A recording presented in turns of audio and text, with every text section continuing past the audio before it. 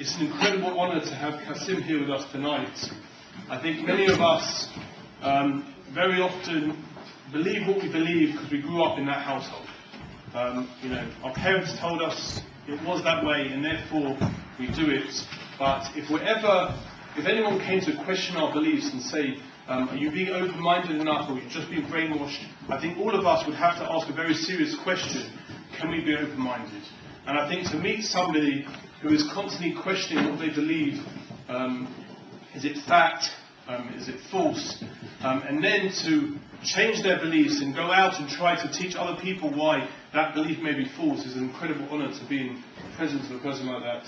And without further ado, Kassim.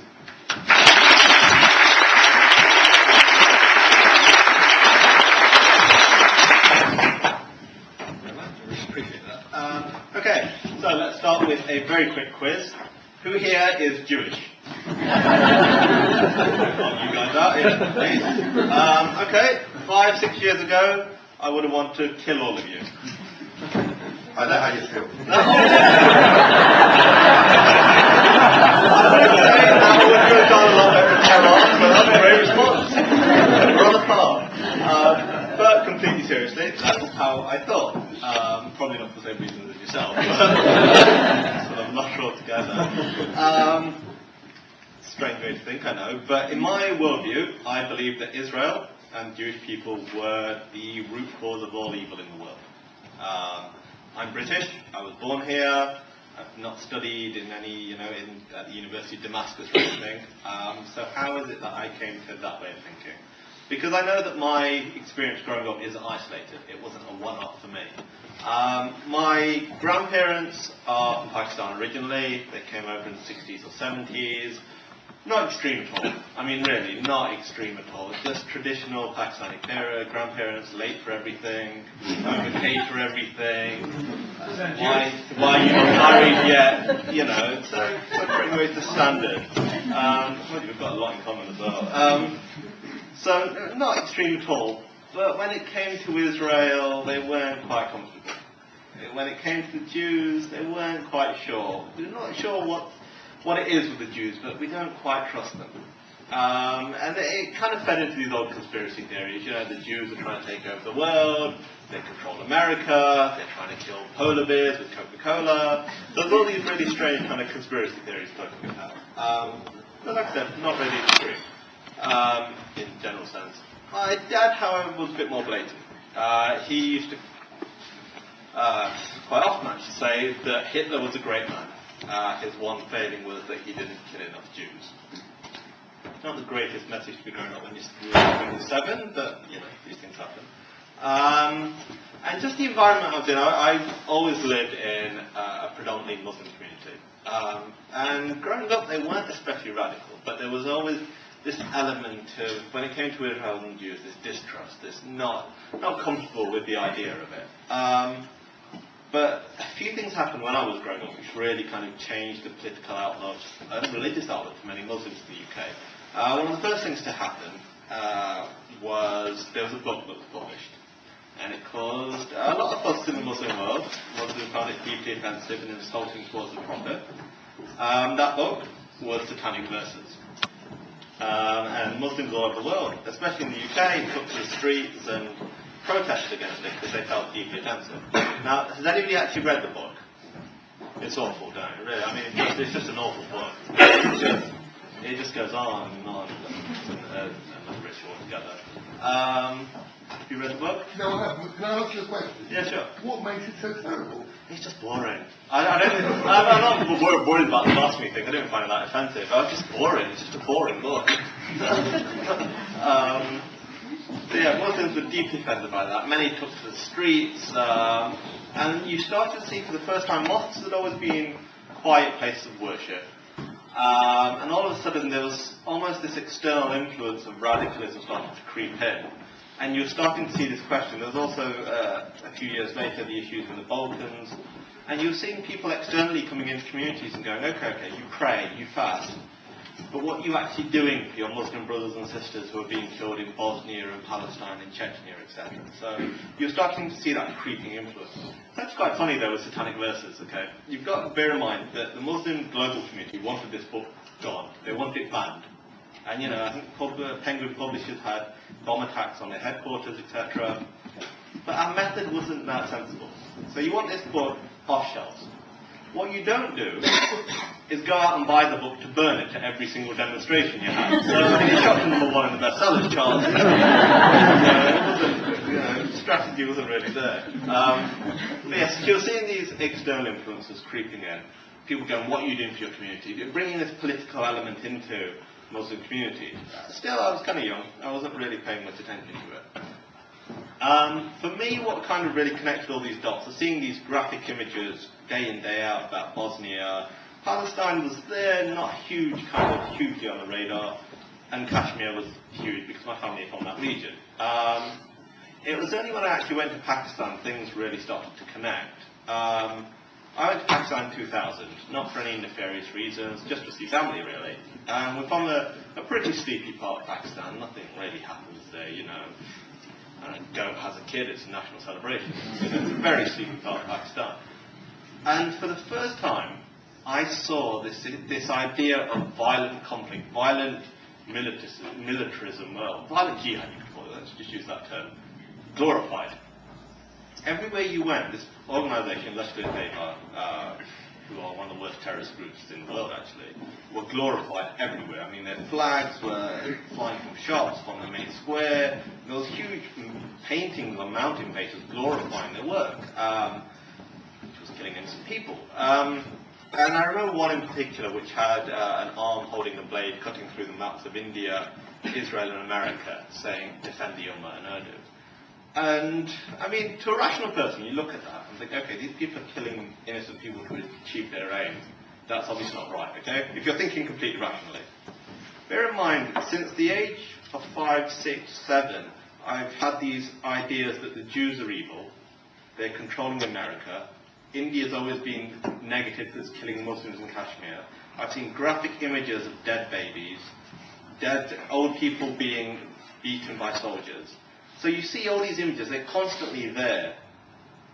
You then come to the conclusion, hold on man, nobody's fighting back. And I've been asked this question from a young age, what are you doing to help your fellow Muslims? These guys are actually doing something. Might not be right, but they're doing something.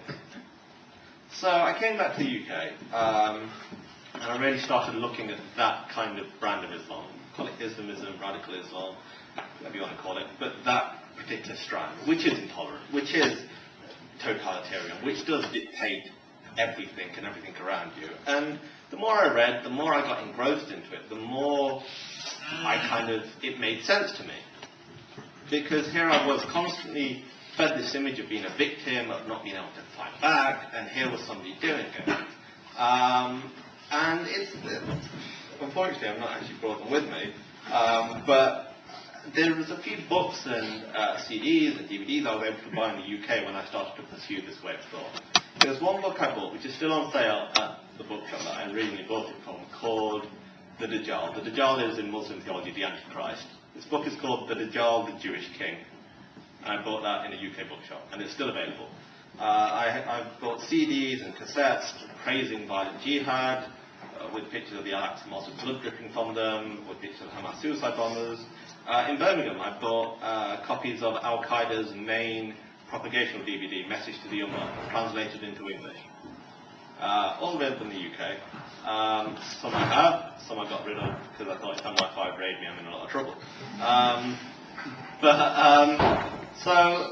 It was so easy to find this material, and the more you delve into it, the more you're fed these conspiracies, this idea of Jewish power, this idea of the Jews controlling America, and this very twisted history. And it's this bizarre infusion of religion and politics which is used to drive on anti-Semitism, especially this focus on Jerusalem. So I was really kind of pushed towards this way of thought, and the thing is, when you go out and you talk to people about this, when nobody around you is going, this is wrong, you kind of think, okay, then maybe it's fine then. If nobody's going, hold on, no, that's completely wrong, you you assume that, okay, then I guess I'm doing something right. But then, well, a year later, September 11th happened. And the reaction to that within a lot of the Muslim community was quite strange. And bear in mind, this isn't one of the Muslims coming and run talks, because it's not, I'm Muslim, I don't run. Anyway, I digress slightly. 9/11 happened. Many Muslims condemned it outrightly, like they should have. Some condemned it in a very strange way, looking back. They did this is an awful act of terrorism, but if you look at America's foreign policy and what they're doing in the Middle East, you can understand why it's happened. And that, looking back, is quite bizarre, because you're, in essence, justifying it. Because you're going, America's foreign policy justifies terrorism. Really, if you really do look at it in very black and white terms. There were some who didn't condemn it, but one of the strange things was, at the same time, around 2001, there was a spate of suicide bombings in Israel. And people weren't condemning it. There's a cleric from the city I'm from who's got an MBE who still refuses to condemn suicide bombings in Israel. Still refuses. He goes, the legitimate resistance. And here's me, still, 17, 18, 19, growing up, here's somebody you see as a moderate, and they're going, no, if it's in Israel, it's fine. Okay, fine. And also, September 11th was very strange, because you had the conspiracy theories come out. And people believe these as fact. I mean, the most widely circulated Urdu newspaper in the UK printed a story saying that on September 11th, there were no Jews at work in New York. As a factual story. Now, I'm not an expert, but going on the demographic of New York, that left 3 people at work, I'm guessing. So, for people, that was published as a factual story. And I actually have a friend now, or he's not a friend anymore, but somebody I know who is now a law lecturer at British University, who still firmly believes that 9/11 was an inside job, that Mossad did it. Mossad were behind it. Firmly believes it. Firmly believes. I mean, it's crazy, the level of kind of penetration of these conspiracy theories. It's insane. So, after 9/11, it kind of, instead of condemning it, you kind of saw it as, I don't know, it's really bizarre. You saw this in the lens of a conspiracy theory, so you thought, okay, this is actually all staged so that America can further delve in Muslim affairs. So I started it again. I was going deeper into this radical Islamic thought, and like I said, it was so easy to find people who were parroting the same thing back to you. But the single most radicalizing element for me, even more than my visit to Pakistan, even more than spending hours and days on websites and reading extremist literature, was going to university. And I went to a British university. And I can give you an example of my very first day at university. I go to university, and the Islamic Society are running a lecture called How to Be a Better Muslim. I thought, pretty good already. But hey, we'll give it a whirl. There's always room for improvement. So I go to this lecture. We sit down. The president of the Islamic Society at the time puts on a DVD. For 20 minutes, he puts on this DVD which shows images of dead children, old people being pushed through checkpoints, death and destruction. 20 minutes, with no narration, ends with the caption, "What are you doing to your brothers and sisters in Palestine?" Okay, for 20 minutes. He then wheels the TV out of the way, doesn't speak of it ever again, does not mention it at all. So you've been given these 20 minutes of very powerful graphic imagery in no context at all. And it's that mechanism to create hatred. Because if you're seeing these images with no sort of context, and they're being fed to you, and the aggressor is being portrayed as Israel or the Jews, it causes hatred. And that's why that propaganda is structured like that. It's actually quite funny. A few years ago, one of my cousins was studying at the same university. Has no interest in politics or religion for that fact, but went to some sort of Islamic Society event. A few hours later, knocks on my door and says, "Why are your people killing my people?" We're first cousins and the same people. Have you been watching videos of the Islamic Society? Yes. So they were still doing it a few years ago, but I know that things have changed now. So I think members of the society went, "This guy's crazy," and he's their president. So that while at university, you gravitate to the individuals who are thinking the same thing as you, who are saying the same things as you, and it was at university where my kind of, you know what, I don't like using the term pro-Palestinian activism for what I was doing, because all I was doing, I was obsessed with Israel. You know, like the Palestinian leadership at the moment, I was more interested in Israel not existing than a Palestinian state existing. You know, I was obsessed with demonizing Israel. And it took on so many forms. I mean, in lectures, we would purposely bring Israel into I did politics, but we would bring Israel into any conversation. Any lecture, any seminar, we could be talking about anything. We could be talking about oil drilling in the Bering Sea. We'd bring Israel into it. Somehow we would bring Israel into it, and how Israel is bad, and how Israel is evil. And the sad thing was, the lecturers normally joined in. The lecturers would normally, their own anti-Israel bias would come out, and they would join in.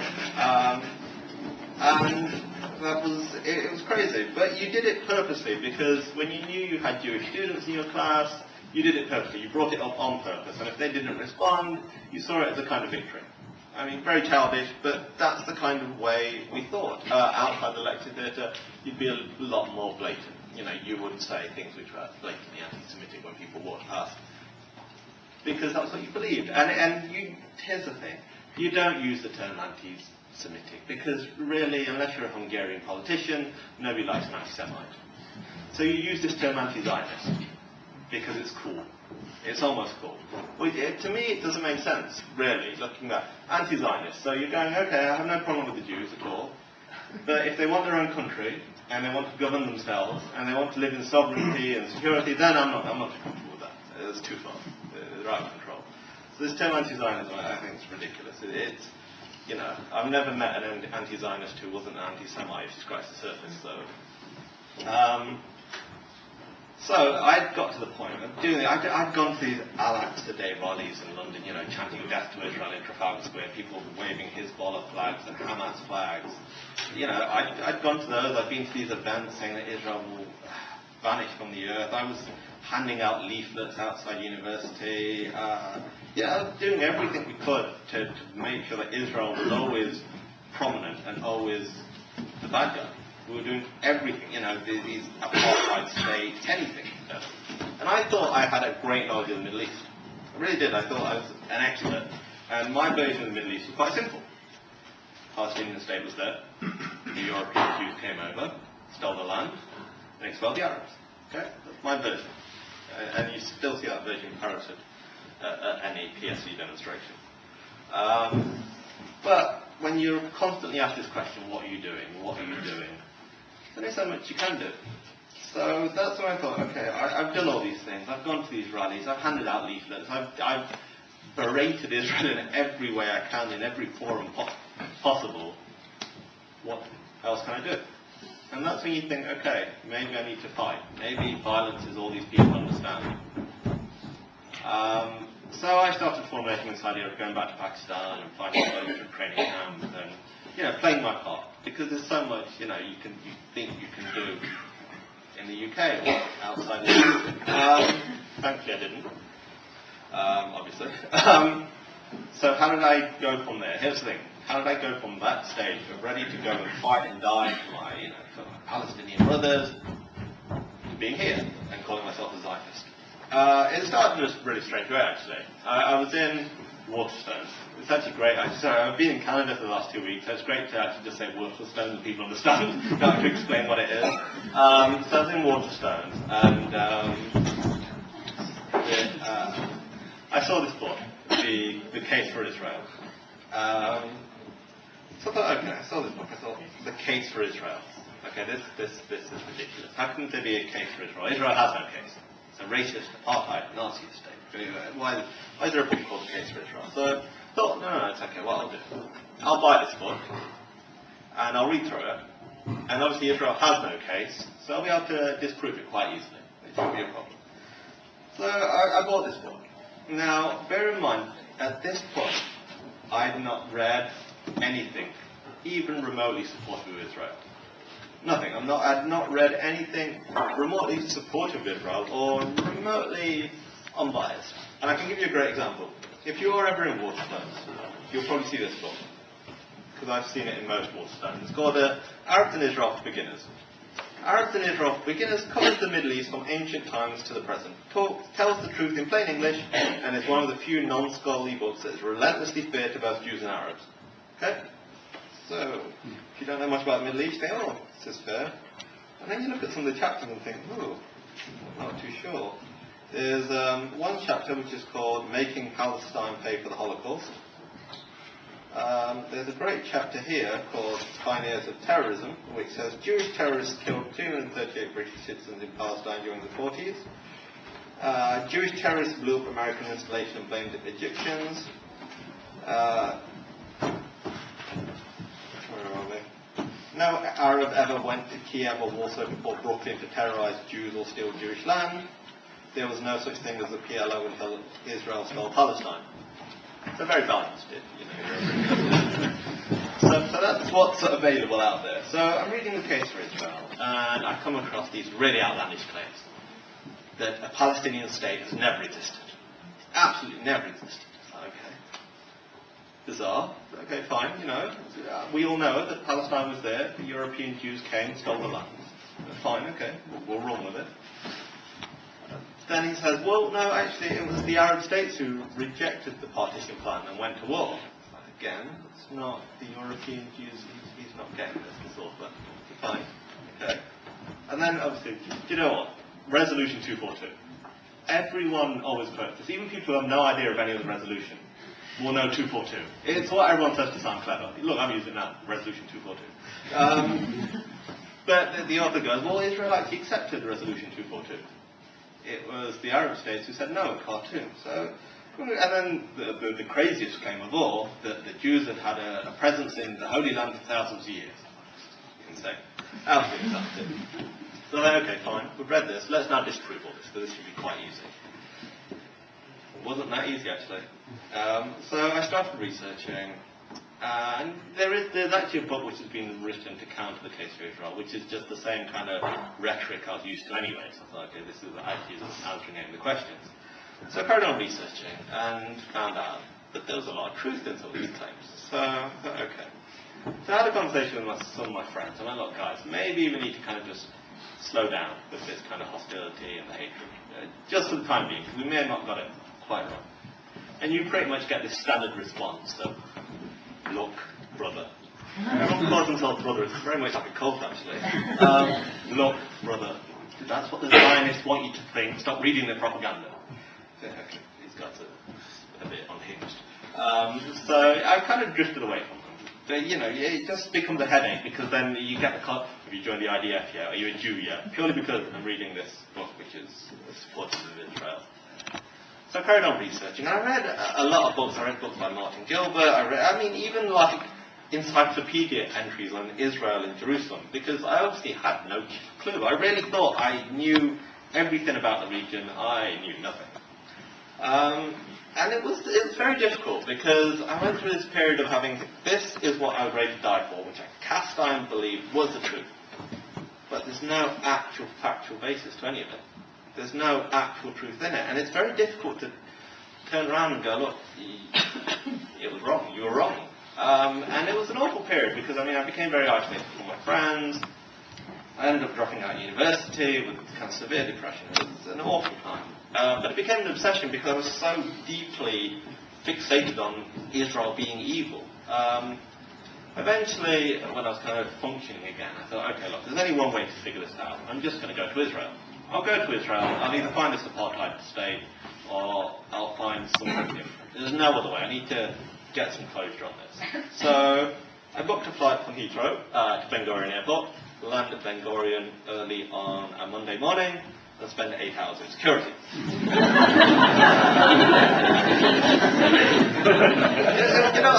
In fairness, it wasn't that bad. No, honestly, and I'll explain to you why. Firstly, I'd been to Saudi Arabia a few years before on religious pilgrimage, and I've never ever faced the level of racism I faced in Saudi Arabia.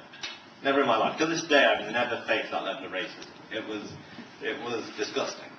So here I am in Israel, and I've got this Israeli security officer. Bear in mind, I had a very new passport on. My passport had been renewed, so it had no stamps in. So here's the security officer going, no, in Israel it's not perfect. We have many problems. Steps aside. So we're talking, and let me give you all a bit of advice if you've never been to Israel before. Okay, really, and honestly, this is a great piece of advice. Especially if you're trying to learn more about Israel, trying to find out the facts. When the security officer goes, what is the purpose of your visit to Israel? What you say is, I'm here for a holiday. You don't say, well, I was anti-Semitic. I'm not so sure.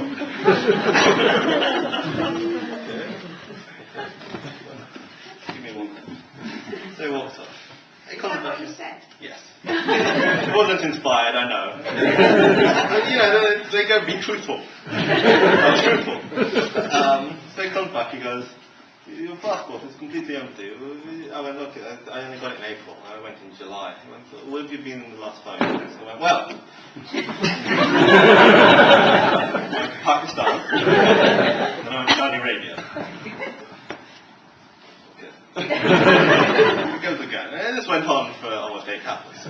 But in fairness to him, for the whole time he was very polite, he was very courteous, he kept offering me coffee. And it wasn't a bad experience. And I've got to look at it from this lens. Unfortunately, nobody wants to say it's not very PC. I fit a demographic which is hostile to Israel. It's true. It's not nice. It's true. I'd rather they stop everyone for 8 hours and give them coffee for 8 hours than I get blown up crossing the street in Jerusalem. That's my own personal opinion. Anyway, I'm finally allowed into the country. But he does say, he goes, well, next time you're here, just say you've got a holiday.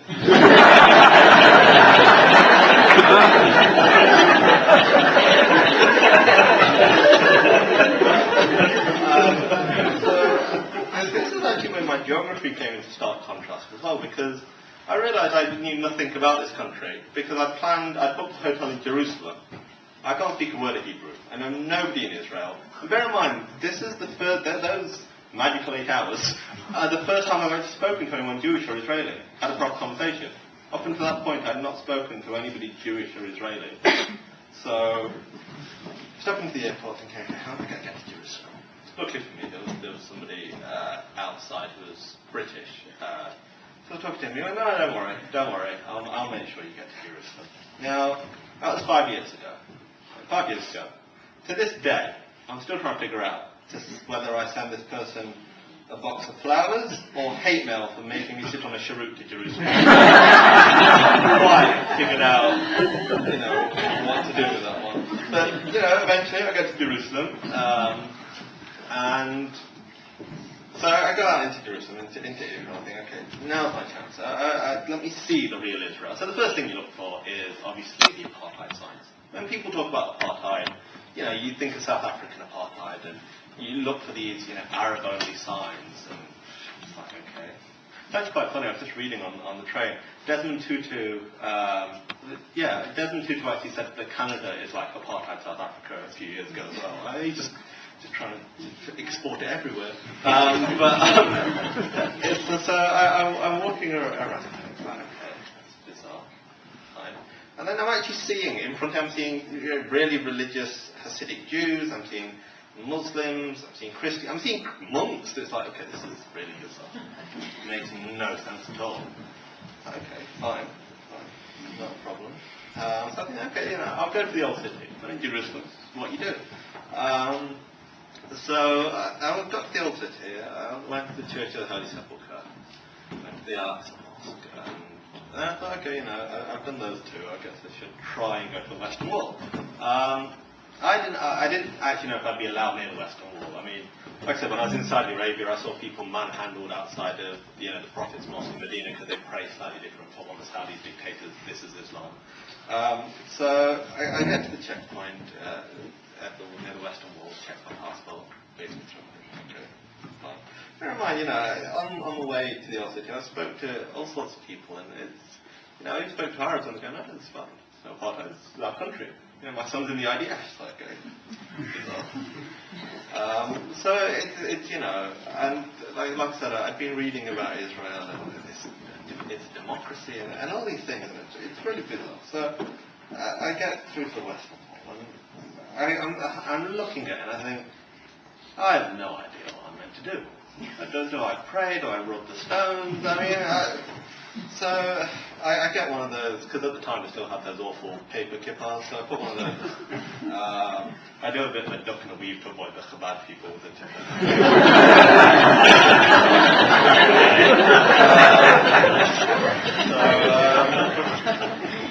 I get close to the wall and I think, okay, well, this is insane. Eventually, I kind of put my hand out on the Western Wall. You speak a bit louder. Oh, sorry. Eventually, I get close to the wall. I end up putting my hand on the Western Wall. And, you know, even when I say this, and I've said this 100 times over the last few months, I still think it sounds very cheesy in my mind. So do bear with me. So I put my hand on the Western Wall. And, you know, for the first time, I was struck by a real moment of clarity. It's the first time I'd actually seen everything and it made sense. I thought, here I am in the center of the Jewish world, in the holiest place in Jerusalem. I'm here at the Western Wall. I'm in a democratic state.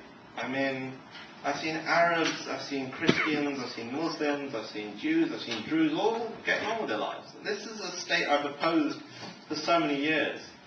And right behind me, I've got the Israeli flag flying.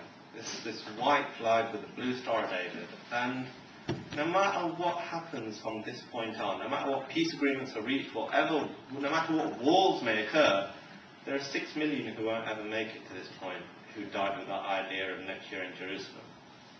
And that's when it really struck a chord, because I thought, this isn't about politics, this is about survival. This is about the idea of Jewish life and Jewish heritage always continuing. And it completely straight. This bag I take with me wherever I take, because it's my favourite bag. But I forgot that this was there, and I got this when I was in Jerusalem. It's been with me. I've been all over the place, to Canada, to Israel. It's an Israeli flag, and I keep this with me because, to me, this is the only cast iron promise of never again. This solidifies it. This isn't just a piece of cloth with a blue star. This is a promise that no matter what, the Jewish people will always have a home. When the Jewish people are threatened, those threats won't go unanswered. And that's what's so important about Israel. It's more than a country. It's more than just a nation state. It's almost this embodiment of hope and all that is good in the world. And I know that's a huge kind of thing to make, but it really is. It's a democracy. I support Israel not for religious reasons. I'm not Jewish. I don't support Israel because I believe God promised the land to anyone. I support Israel because it's a democracy. I support Israel because I support freedom of worship. I support Israel because I believe in human rights. I support Israel because in a region so full of darkness and tyranny, it is really striving to be a light among nations in the most difficult circumstances. And that's why when I came back from Israel, I was faced with two choices. I can either say, I had a great holiday, or I can say, this has to stop. This vilification, this demonization has to stop. And that's what I chose to do. It's not easy, it's not easy to stand with Israel, but it is so vital. And people do sometimes ask when I speak to Jewish communities, are you preaching to the choir? Well, the choir's not singing loud enough, if I am, because Israel is still demonized. Israel is still seen as the bad guy, even among just people who have no kind of interest in the conflict. I speak to people at work. When I go, I was in Tel Aviv, I was on the beach. They're not thinking a beach. They're thinking the opening scene of Saving Private Ryan. Actually, they're thinking Normandy 1944. There's so many misconceptions, and we can all play a part in changing that. I think everybody thinks that they can't affect change, that they can't play their part. But you can. It can be the smallest thing, from having a conversation about Israel, to tweeting something positive about Israel, to writing a letter. Everything has an impact. There is no silver bullet. Nothing's going to change overnight. But the fact is, and it's a really sad fact and an indictment on society, the truth is not being told. And I think for too long the Israeli policy has been, well, the truth's on our side, but wait, eventually people will get it. They're not. The narrative has been so skewed and anti-Israel, it's become the truth almost. So we all have a responsibility to just tell the truth, to tell the story about the real Israel. And, you know, I can't say it any better than the founders of Israel. If you're familiar with the Declaration of Independence, the second to last paragraph, it calls on the diaspora to support the building of Israel, to make it strong. And, you know, it's a responsibility that we all must share, Jewish or not Jewish. If you stand by Israel, you're standing by truth, freedom and democracy. Thank you very much.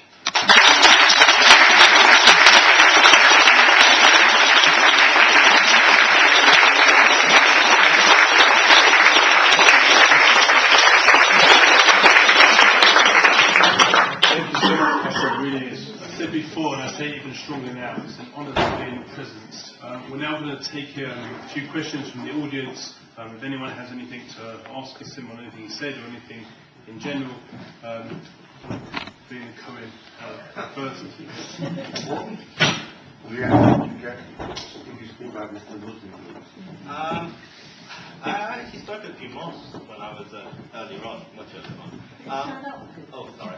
I spoke at a few mosques much earlier on when I started advocating to Israel. But you get just three responses. You do get some people who actually listen and have a conversation with you. And there are quite a few people who have kind of come from more balanced way of thinking. You have some people who just don't want to hear it. And I've spoken at university campuses, most notably recently in Canada, where there were people who were just there to disrupt. They did not care what I had to say. And then you get a third who think you're working for Mossad. And you know, I'm going to be honest with you guys, I cannot confirm or deny that right now.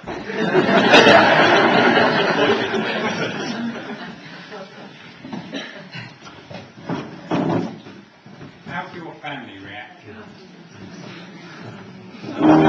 That's really integrated into the talk. The only way I can explain my mom's reaction is like this. Don't acknowledge it, it's not happening. Me and my dad don't talk at all, we have nothing to do with each other anymore. My sister has been very supportive. She has been very supportive, and my auntie is very supportive as well. It's actually quite funny. My auntie, very devout Muslim, wears a headscarf. She wears the IDF sweatshirt I bought her from Israel to go collect the kids from school, which is a predominantly Muslim school, so that confuses people completely. Hello, has there been a fatwa out on your live? I don't know. Thoughts, your beliefs? I mean, I do get threats, etc. And I've got to say, one thing that really upsets me about the threats, okay? People have made the effort to go onto the internet. They've turned on their computer or device. They've gone onto my website. They've gone onto the contact page. They've typed in a message. Spell check it. At least spell check it. It's going to kill with 3 L's. I'm not really going to There's been threats, but it doesn't bother me at all. I'm from Nottingham, you know. Our role model is a thief, Robin Hood, you know. And are there many young people in your community with your beliefs about Israel? I think it's growing. I think more and more people are receptive to looking at Israel from other angles. Because I think people are seeing how crazy the Islamists are. And people are realizing that with Islamists, when they gain power, the first people to go for are other Muslims. And that's the thing. Islamism uses Israel as a recruiting tool almost. I think people are starting to look at it from other angles. I think it's still a slow process. It may be a question of one person at a time, but things are changing. That's good. You mentioned you were going to go to Pakistan. Yeah. How far would you have gone? How far would you have gone in the police and environment? All the way. I would have quite happy to do it myself. You know, because you cast iron belief when you're. It's, for example, let me switch this round. If you, from a very young age, were bombarded with images of the aftermath of suicide bombings, it's going to create hatred. You know, it's a brainwashing kind of tool. And that's what you're constantly bombarded with, this constant negativity towards one group. So you see that as being the most important thing, you know, to the point of taking lives for it. And that's why you see things like happen in Toulouse in France with that nutcase who killed the Jewish family, because they're constantly bombarded with these images, so they want to take their hatred out on somebody. And that's the problem. It's not really tackled.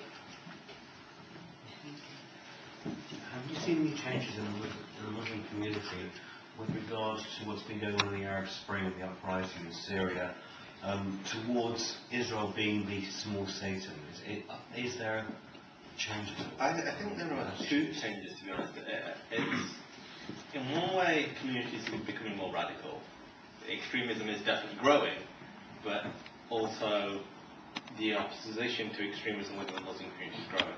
It's still very small. I'm not going to pretend, and I think we're at a stage where kind of there is a real battle going on for the soul of Islam all over the world, but especially Europe. But there is definitely, radicalism definitely has increased, purely because nobody seems to want to tell Saudi Arabia that you can't send your hateful propaganda and build mosques in Europe. I think they're still funding like a $100 million mosque in Kabul, Saudi government passed. It's crazy. But yeah, so it's twofold. Radicalism is definitely increasing, but there is now a more concern with the Muslim communities because it's starting to affect them.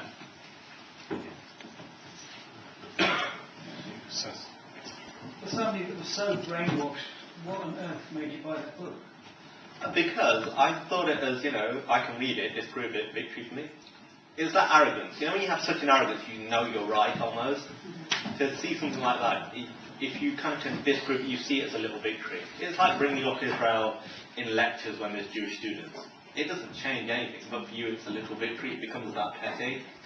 And that was kind of the thinking at the time. Has September the 11th divided the Muslim community and questioned their beliefs? Not as much as we should have. There are definitely people who have spoken out on this is completely wrong, but there's still this real predominance in the Muslim community of these conspiracy theories. There's almost this refusal to accept reality because it's much easier to go on YouTube and have some person living in a desert in Virginia telling you that it was all an inside job that the Jewish bankers did it. It's very frustrating.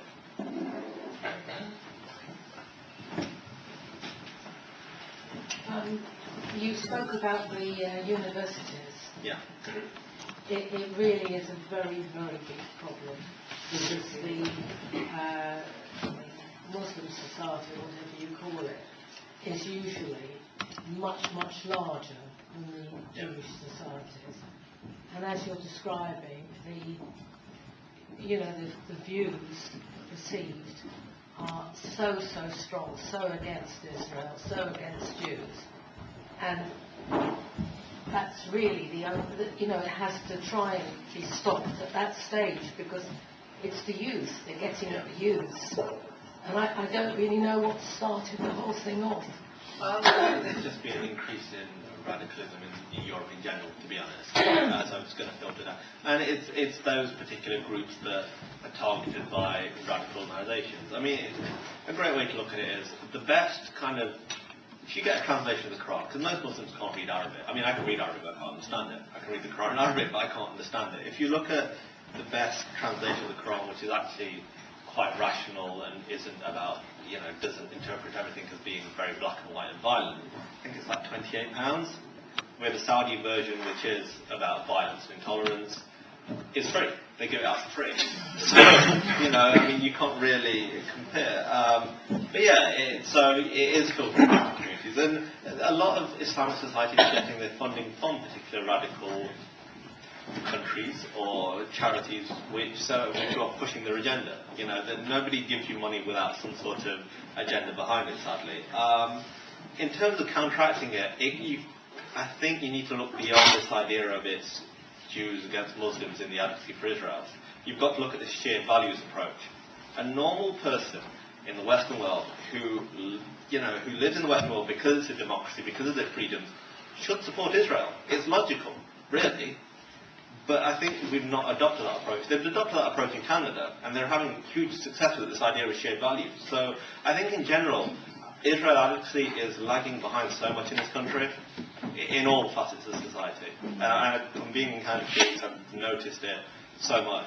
That we are so far behind, we have so much work to do. But you know, the battle's not lost. We're not doing great right now, but the truth does always overcome, but we just need to help it on its way a bit. I'm sorry we've run out of time. I'm sure there's many more questions, but it is getting late. I think we'll have to have Kassim come back and address us, but thank you so much. Really, it's been a very interesting